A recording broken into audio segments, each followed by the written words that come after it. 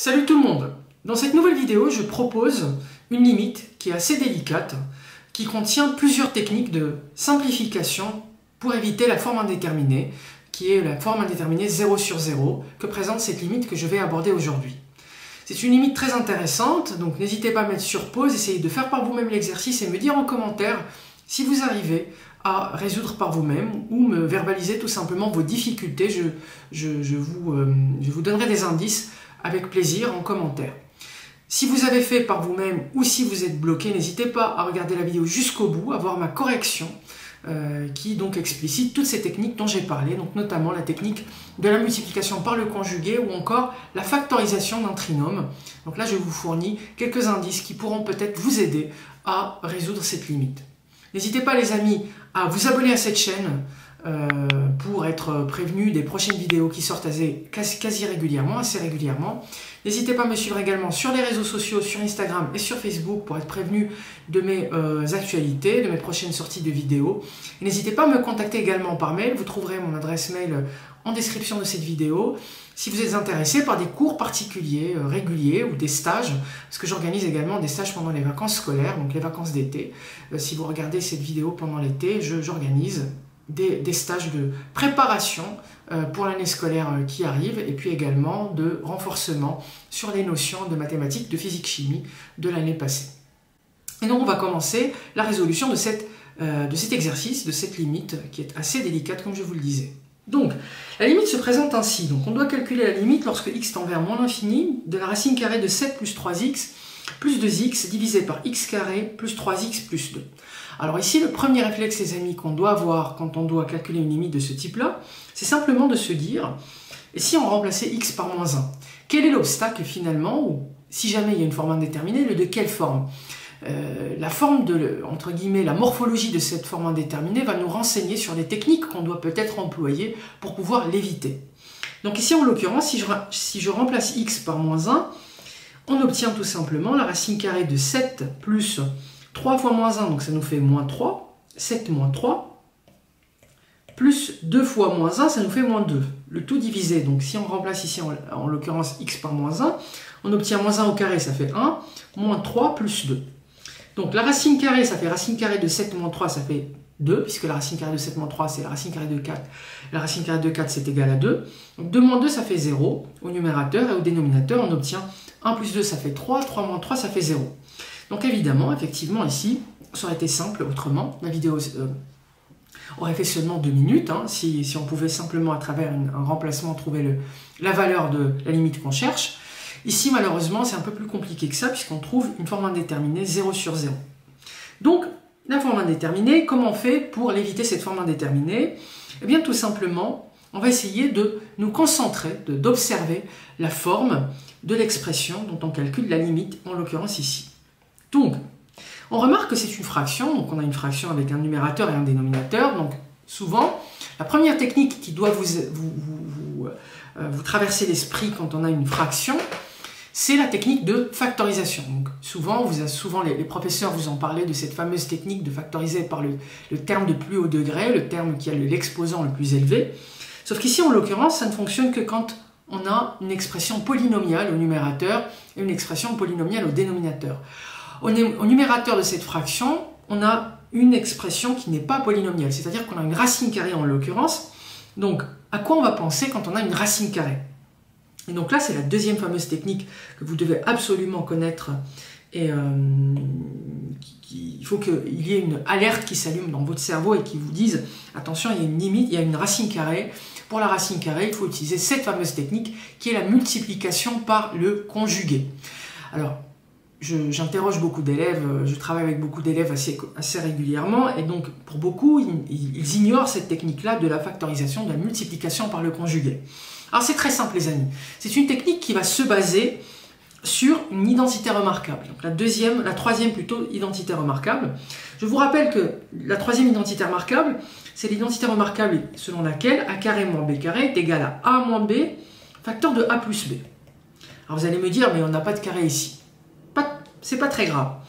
À partir de cette identité remarquable, qu'est-ce qu'on observe? On observe qu'on peut déduire effectivement a plus b par exemple, pour autant que a soit différent de b, en l'occurrence pour que a moins b ne soit pas égal à 0. je peux déduire que a plus b est égal à a carré moins b carré sur a moins b, d'accord? Donc, on peut, à partir de la somme a plus b, écrire a carré moins b carré divisé par a moins b, d'accord? Et c'est exactement ce qu'on va faire, en l'occurrence ici, pour le numérateur. Parce que comme on a une racine carrée de 7 plus 3x, on veut se débarrasser de la racine carrée, donc il va nous falloir l'élever au carré. Donc la seule chose qui nous est offerte ici, c'est de pouvoir passer par la troisième identité remarquable. Donc, je vais écrire la simplification de cette limite, donc la limite de la racine carrée de 7 plus 3x plus 2x divisé par x carré plus 3x plus 2, c'est égal à la limite lorsque x tend vers moins l'infini, je vais multiplier le numérateur et le dénominateur par le conjugué du numérateur. Alors le conjugué du numérateur, si j'ai quelque chose plus quelque chose, ben, ça va être la même chose moins la même chose. En l'occurrence ici, le conjugué de la racine carrée de 7 plus 3x plus 2x, ça va être la racine carrée de 7 plus 3x moins 2x. D'accord? Donc c'est ça le conjugué. L'expression conjuguée, si j'ai a plus b, c'est a moins b. Et donc, je divise bien sûr par x carré plus 3x plus 2, multiplié par la racine carrée de 7 plus 3x moins 2x. N'oubliez pas les amis, si vous multipliez par une valeur au numérateur, il va falloir que vous multipliez par la même valeur au dénominateur pour garder l'égalité. C'est ce qu'on a fait ici. Donc, cette apparition, cette introduction du conjugué du numérateur va nous permettre de simplifier le numérateur en écrivant tout simplement la racine carrée de 7 plus 3x au carré moins 2x le tout au carré. Et je divise, bien sûr, je ne vais pas toucher au dénominateur puisque mon objectif initial c'était tout simplement de simplifier le numérateur.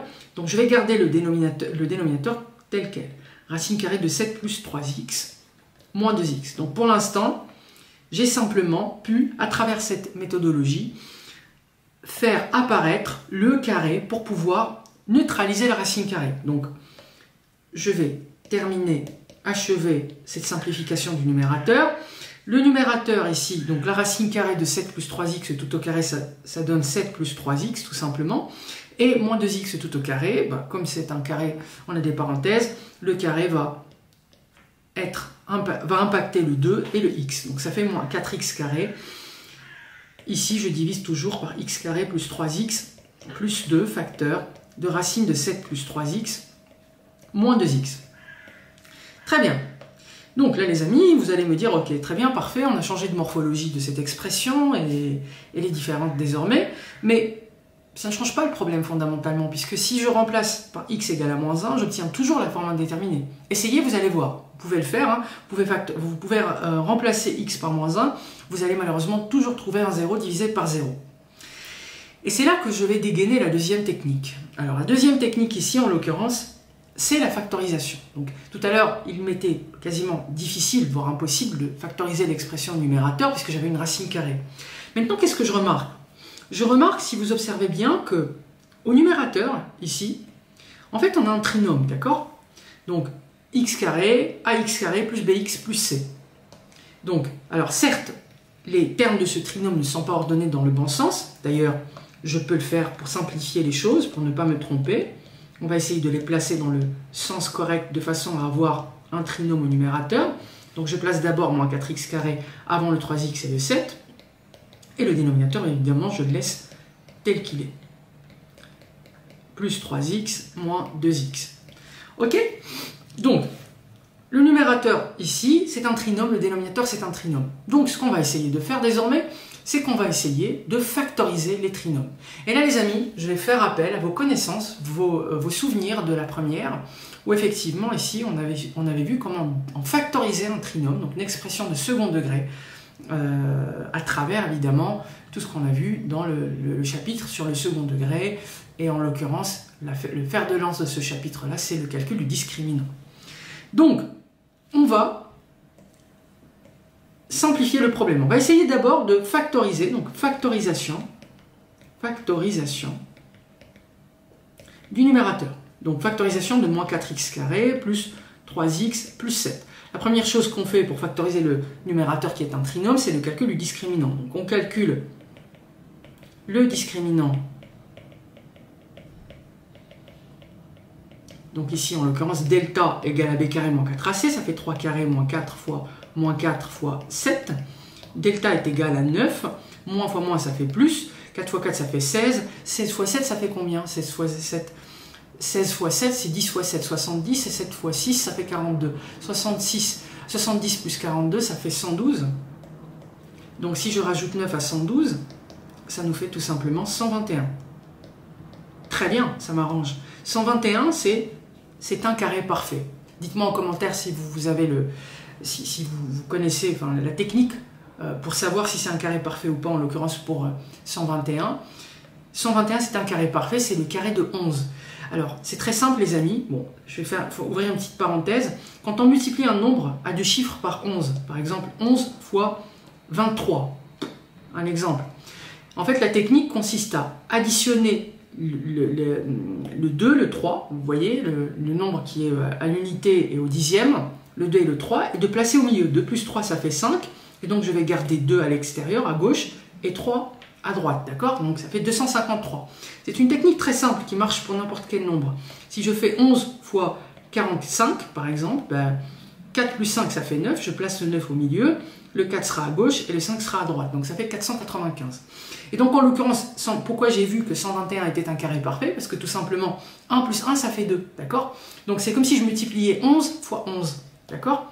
Donc on voit bien que delta, la racine carrée de delta, si vous voulez, sans même utiliser la calculatrice, est égale à 11. Évidemment, il n'est pas interdit d'utiliser une calculatrice. C'est juste une technique qui, à titre personnel, m'amuse et peut-être que ça va vous servir aussi à aller plus vite dans les calculs et pas avoir à utiliser la calculatrice à tout bout de champ. Donc ici, delta égale à 121. Je reviens à mon exercice, donc du coup c'est strictement positif. J'ai deux racines distinctes. Donc, les racines de l'expression du trinôme s'expriment du trinôme. Pourquoi je mets S? Il n'y a pas de S. Donc x égale à moins b moins racine de delta sur 2a. Donc moins b, ça fait moins 3. Moins 11 sur 2 fois a, 2 fois moins 4, ça fait moins 8. Ça nous fait moins 14 divisé par moins 8. Négatif sur négatif, c'est positif. 14 sur 8, c'est 7 sur 2. C'est 7 sur 4, pardon. Je divise 8 par 2, ça fait 4. Et 14 par 2, ça fait 7. Et la deuxième racine, où x égale à moins b plus racine de delta sur 2a. Donc 2 fois moins 4, ça fait moins 8. Moins 3 plus 11, ça fait justement, ça nous fait 8 sur moins 8, ça fait moins 1. Donc on a deux racines. Alors souvenez-vous les amis, quand un trinôme a deux racines, x1 et x2, c'est-à-dire quand le discriminant est strictement positif, la factorisation du trinôme c'est a, facteur de x moins x1, facteur de x moins x2. C'est vraiment essentiel parce que beaucoup d'élèves se souviennent de comment on calcule les racines, comment est-ce qu'on fait pour calculer le discriminant, mais quelquefois négligent cette factorisation qui est essentielle ici, qui peut servir à beaucoup de choses. Ici en l'occurrence on le voit avec les limites. Donc du coup, on peut déduire ici que, eh bien, moins 4x carré plus 3x plus 7, moins 4x carré plus 3x plus 7, égale à a, facteur de x moins x1, facteur de x moins x2. Le a, c'est le coefficient qui accompagne le carré. Donc moins 4, facteur de x moins x1 moins 7 sur 4, fois x moins x2, donc x moins 1, ça fait x plus 1. Et donc ça nous permet d'écrire cette forme factorisée du trinôme du numérateur. On va faire exactement la même chose, cette fois-ci, on va essayer de factoriser le dénominateur. Donc factorisation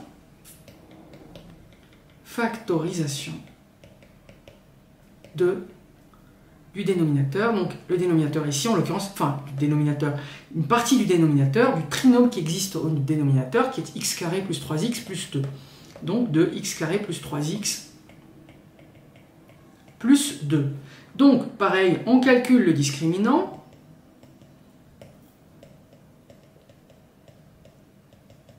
On calcule notre discriminant delta. Donc, delta égale à b carré moins 4ac, 3 carré moins 4 fois 1 fois c qui est égal à 2. Donc, delta est égal à 3 carré, ça fait 9, moins 8, ça fait 1, strictement supérieur à 0. La racine de 1, c'est 1. Donc, c'est la même chose ici, la même configuration. On a deux racines. Donc, le trinôme admet deux racines. Le trinôme admet deux racines distinctes. Donc, Bon, soit on peut écrire x1, x2, moi je préfère écrire x égale ou x égale, puisqu'on est soit dans l'un, soit dans l'autre cas, hein, si on cherche les racines. Donc x égale a moins b, ça fait moins 3, moins racine de delta moins 1 sur 2 fois a, c'est 2 tout simplement, puisque a égale à 1. Donc c'est égal à moins 4 sur 2, ça fait moins 2, c'est la première possibilité, ou bien x égale à moins 3 plus 1 sur 2, donc ça fait moins 2 sur 2, ça fait moins 1. Donc on a deux racines encore une fois. Donc, par conséquent, on peut écrire que le trinôme qui est x carré plus 3x, x carré plus 3x plus 2 est égal à a, donc c'est 1, facteur de x moins x 1, donc x moins 2 ça fait x plus 2, facteur de x moins 1 ça fait x plus 1. Et voilà les amis, donc là on a factorisé le dénominateur, on a factorisé le numérateur. Vous allez me dire, mais ok très bien, super, mais à quoi ça me sert de faire tout ça? Peut-être qu'on a été trop loin. Et bien pas du tout les amis, vous allez voir que lorsqu'on va réexprimer notre limite en moins 1 donc, de notre fonction, donc je vais réécrire la forme de base, hein, racine de 7 plus 3x plus 2x,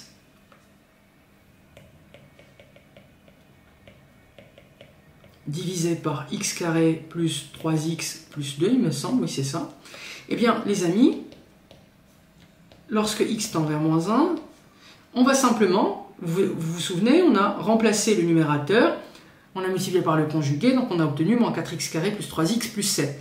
Et bien ça, je peux remplacer ce numérateur qui est trinôme ici, sous forme d'un trinôme, je peux le remplacer par sa forme factorisée. Donc moins 4 facteur de x moins 7 sur 4, moins 4 facteur de x moins 7 sur 4, facteur alors de x plus 1. Très bien. Et je peux remplacer également le dénominateur qu'on a obtenu tout à l'heure. Donc n'oubliez pas qu'il y a deux parties, une partie trinomiale sous forme d'un trinôme, x carré plus 3x plus 2, et une partie que je ne vais pas toucher qui est le conjugué du numérateur initial. Donc le trinôme que j'ai au dénominateur ici, je peux le remplacer également par sa forme factorisée. X carré plus 3x plus 2, c'est x plus 2 facteur de x plus 1 tout simplement. X plus 2 facteur de x plus 1. Et évidemment ici, je vais multiplier par la forme de tout à l'heure, donc le conjugué du numérateur initial, racine de 7 plus 3x moins 2x. Moins 2x. Très bien. Qu'est-ce qu'on observe les amis? Ici c'est essentiel. Là on tient la clé de la simplification radicale de cette expression.